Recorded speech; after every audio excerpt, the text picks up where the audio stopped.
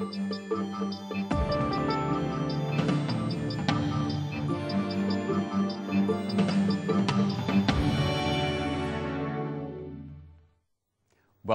to Talking with Tatchell. The Labour government is powering ahead with what many people see as the biggest ever peacetime assault on civil liberties and the right to privacy. We've seen a huge expansion in phone and email intercepts, in the DNA database, and of course proposals for national identity cards. Big Brother truly is watching you and me and all of us. Labour's also been responsible for huge attacks on fundamental freedoms hard won in centuries of popular struggle against tyranny. We've seen the extension of the period for which suspects can be held without trial. We've seen erosions in the process of court proceedings where the presumption of innocence has been curtailed. And of course, we've seen draconian new restrictions on freedom of speech and the right to protest. With me to discuss these issues is Henry Porter, novelist and political columnist, who has written extensively and very passionately and eloquently about the attacks on our fundamental freedoms and liberties. Welcome, Henry. Hi. Do you think it's an exaggeration to say that this is the biggest ever peacetime assault on liberty and the right to privacy? I think peacetime, yes. Peacetime, definitely. I think that we've in the 1790s, there was a very big attack under Pitt during the first part of the French Revolution, and an awful lot of people were exported to Australia for sedition. But not since the war has there been anything like this. And it's quite extraordinary. As you were giving your intro, I was fascinated to think that this is Britain you were talking about, a country where we've always assumed that liberty and the instincts for democratic rights were absolutely part of our national DNA. We somehow thought this stuff happens to people in South America and the Far East and in the Eastern Bloc countries in Europe, but never in England. And it's fascinating to hear it all summarized like that, because you really think, my goodness, this has happened so quickly, so stealthily, and without really a squeak from the public or the media. Very little in the media, and absolutely nothing in the public. Though I think the penny is beginning to drop in that respect. Yeah, I mean, do you think that, people are really aware of what's happening and the implications? I mean, I know a lot of people will say, well, okay, this is totally benign, it's all for our security as the government claims, don't worry, it won't be misused. But of course, once you establish this infrastructure of a snooping surveillance state and these requirements to get police permission for the expression of freedom, once that's established, then it's very easy for a subsequent government at some point in the future to use those for quite malevolent purposes. That's the point I made to Tony Blair had an exchange of emails about 17 months ago, and that's the exact point. I said that he had built all the necessary apparatus for a government like the East German government prior to '89 to suppress or oppress the population. It was all in place. And let's just describe it. You cannot now in Britain make a motorway journey or go through a town centre without your car number plate being logged and the information of your journey recorded. So that's not just once, it's everywhere. Your entire journey is logged. And that stays on the databases for 2 to 3 years.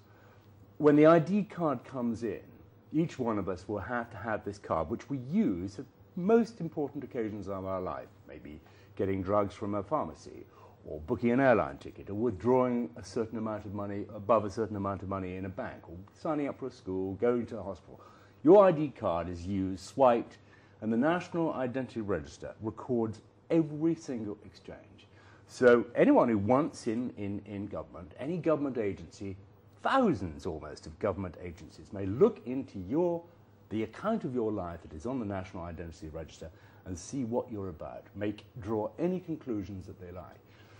And the third part of this terrible triptych of attack on liberty is the order in council made in the summer by the Home Secretary just as everyone was going on a holiday, looking forward to a break and so forth, which is to give numerous government agencies, scores, access to your phone data, your private phone at home, your landline, and your mobile phone. So all phone companies have to give any agency. Now this is like the Welsh Ambulance Authority, the Food Standard Authority, the Environment Agency. Any of these can apply for access to your phone records, which are there kept indefinitely, to use as they wish without your knowledge. So you've got these three major things coming together and reducing the individual's power against the state in a calamitous way. We think we have a democracy here, and certainly we go to the polls every so often. But what's happened is that the state, principally the civil service and the people at the top of the government, have moved on the individual in a most frighteningly speedy way during the current fear of terrorism and the increased awareness and fear of crime. So essentially what we're seeing is a fundamental shift in the balance of power between the state and the citizen. Absolutely.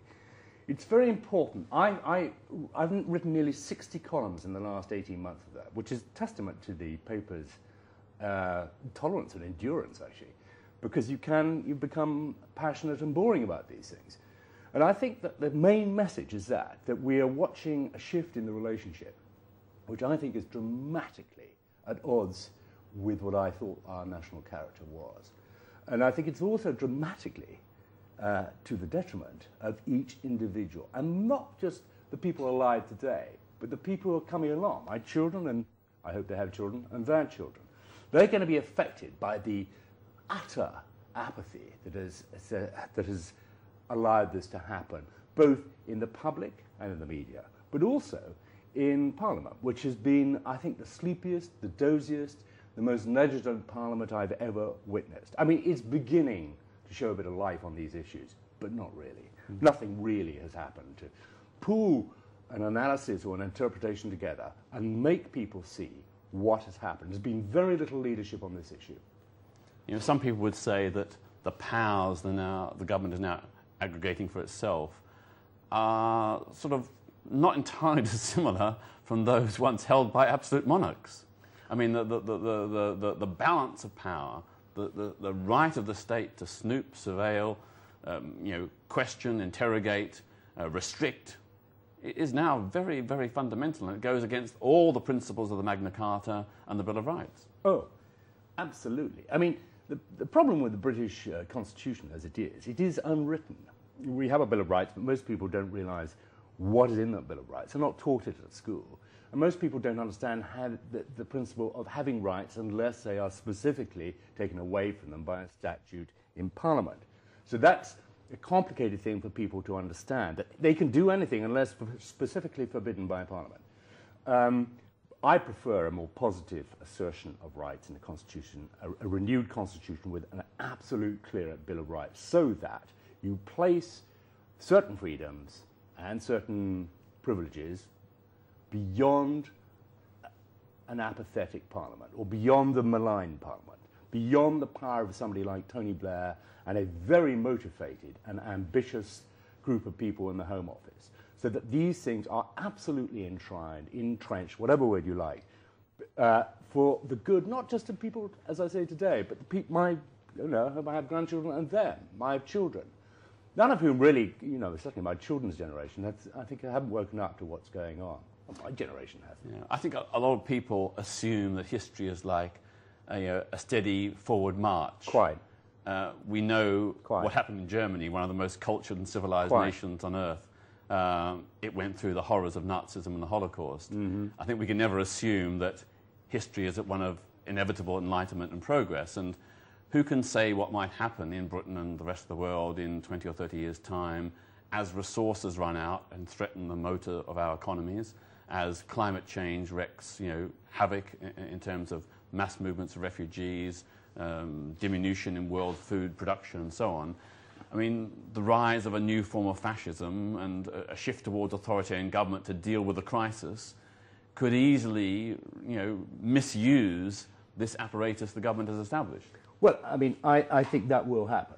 I mean, if you look at, before I started this campaign, I did something unusual for a journalist. I actually went back and read all the legislation. Legislation is very hard to read.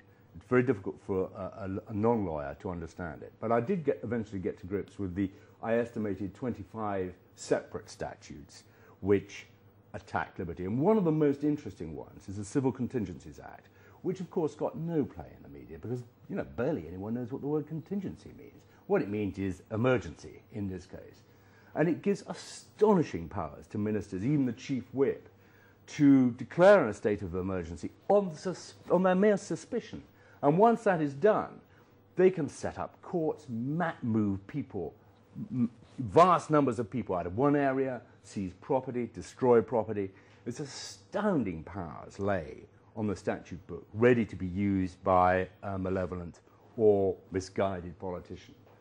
And, I really worried that there wasn't any sort of conversation about this, no debate about how these things could be used. So I think you're absolutely right to underline that we do face big challenges in the future. I don't know if they're going to be the challenges we all think we face. I mean, I think climate change is a very big one, and I think the sorts of floods we had in this country in the summer, and maybe, there are all sorts of things that flow from that, disease and so forth, are going to be the challenge. But there may be any things we cannot allow for. And the crucial point is to whatever we do, and this is my profoundest conviction, that actually government doesn't always know best.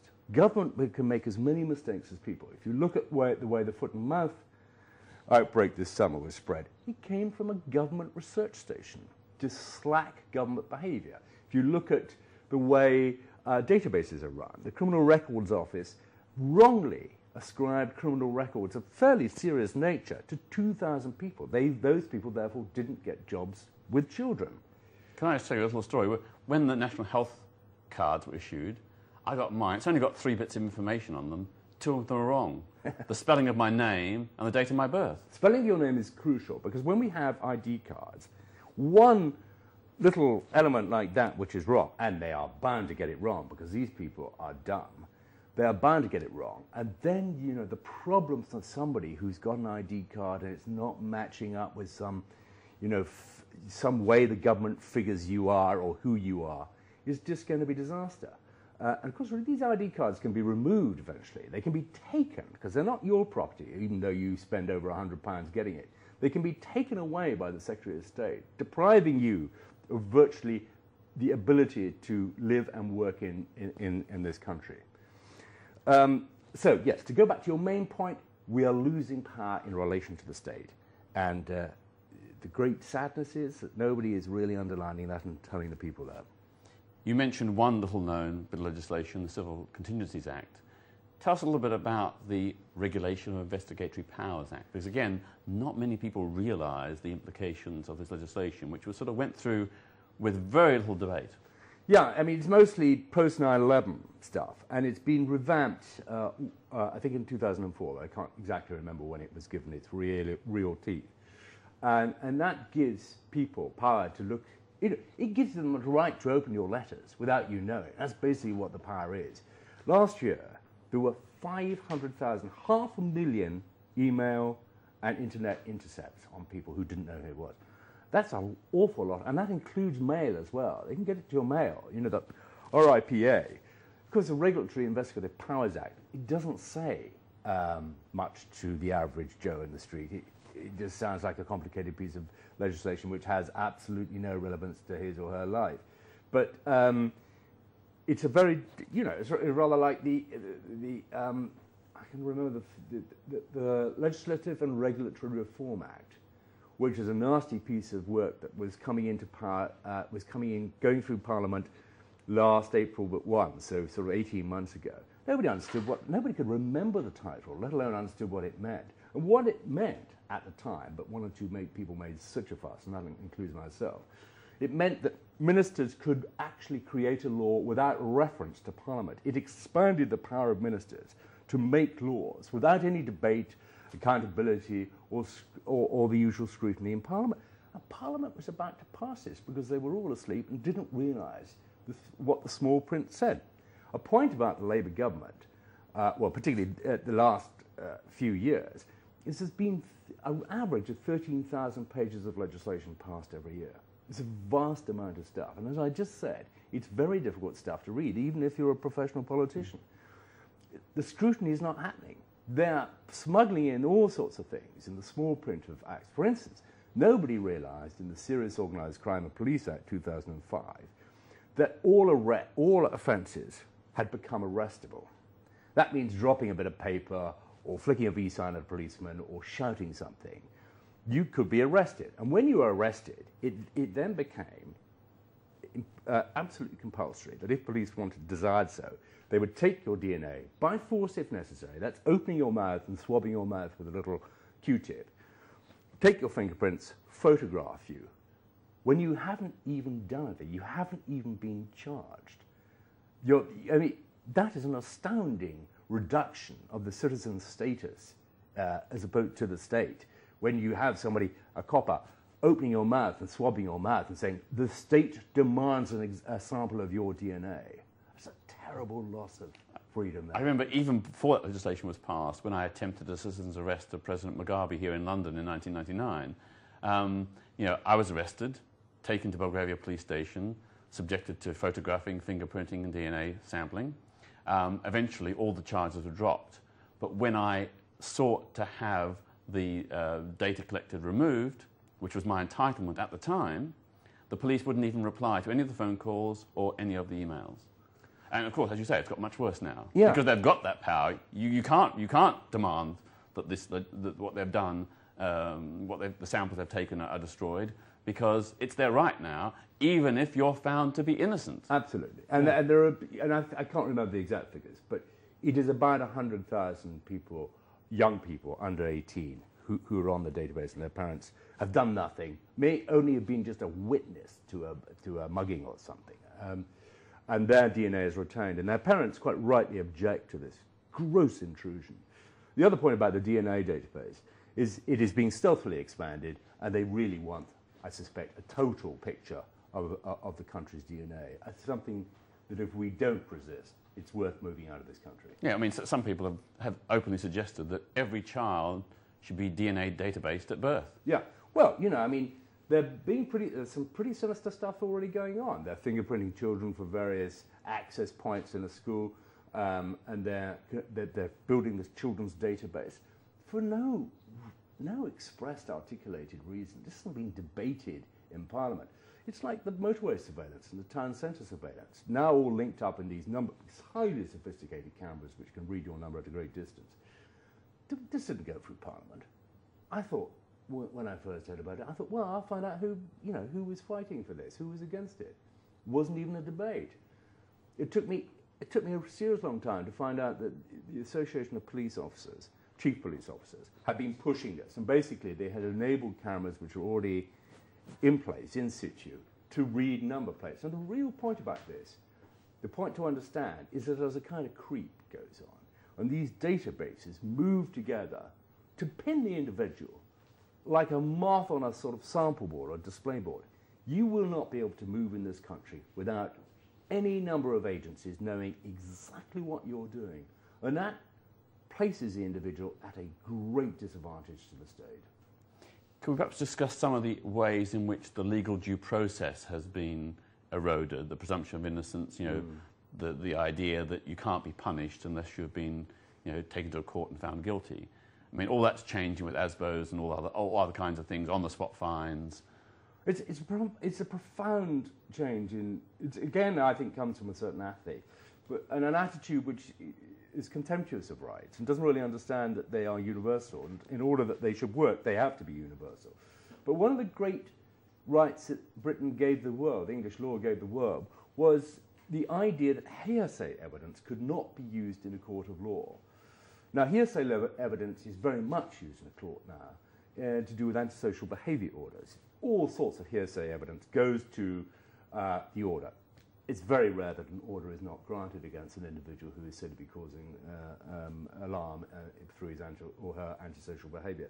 And what happens is that once the order is made, if you break that order, regardless of the original antisocial behaviour, its sort of level, its weight in criminal terms, it might be just shouting in the street or walking your dog and letting it defecate in the wrong place. Regardless of that original thing, if you break the antisocial behaviour order, you face a maximum of 5 years in jail. And that, therefore, is based on hearsay. A criminal prosecution has its origin in hearsay. And I think that is disastrous for due process, because Blair, before he went, he got very agitated and very active and suggested that this system could be used to control big-time criminals. But then it wasn't going to be that this criminal, this person, this suspect would be brought in front of a court. It would be merely enough for the state to suspect he was up to no good in order to inflict or impose a serious crime order, I think they called, on this person. I mean, I think the greatest trouble, the thing that troubles me most, is the operations of the Special Immigration Appeals Commission. Again, a boring title, probably you read it in the newspapers, you skip it and think, well, I'll read something more interesting. But this is really important because you have here a court which meets in secret. The defendant does not know what he is accused of doing. He has no knowledge of the evidence against him. He cannot even appoint his own defense counsel. He is an advocate is appointed by the state to represent his interests, but he can't instruct that advocate. His solicitor has no access to that advocate. And so a decision, usually about a control order, is passed from the SIAC to his solicitor, and the guy knows he knows he is then subject to a control order. Now that seems to be, obviously. These are mostly control orders of terrorist suspects. Terrorist suspects. In place of detention without trial. Underline the word suspect. We mustn't, just because somebody is from North Africa or wherever it is, they are suspect. And by the kind of most important principle of our judicial system, they are innocent. And yet, we have allowed it to happen. Now, I understand there are lots of arguments about in these new times of terror. But let's not forget that this is a really, really fundamental of our system of democracy and liberty, that nobody should be punished without a court of law, a proper court of law, deciding that the law is broken. Now, it seems to me that if you're in virtual house arrest with a tag around your ankle and you've got to check into a copper and you can't, into the police station, and you can't meet certain people and you're not allowed to use email, telephone or internet, you cannot, therefore, you can't say that this is in any way not a punishment. And so people are being punished in this country without a court of law, a proper court of law, deciding that law has been broken. An absolutely kind of primary article in any sort of article, any Convention of Human Rights, any Declaration of Human Rights or Bill of Rights in the world. That we've allowed to happen. And we said, well, it's important because we've got to defend ourselves against these terrible people. Yeah, but see how this is going to be used in the future. That's important. It's sort of a double whammy because on the one hand we've now got the extension of detention without trial or without charge until 28 days, then followed by these control orders. And again, the whole issue is people are being effectively punished and penalised having not been proven guilty of any crime.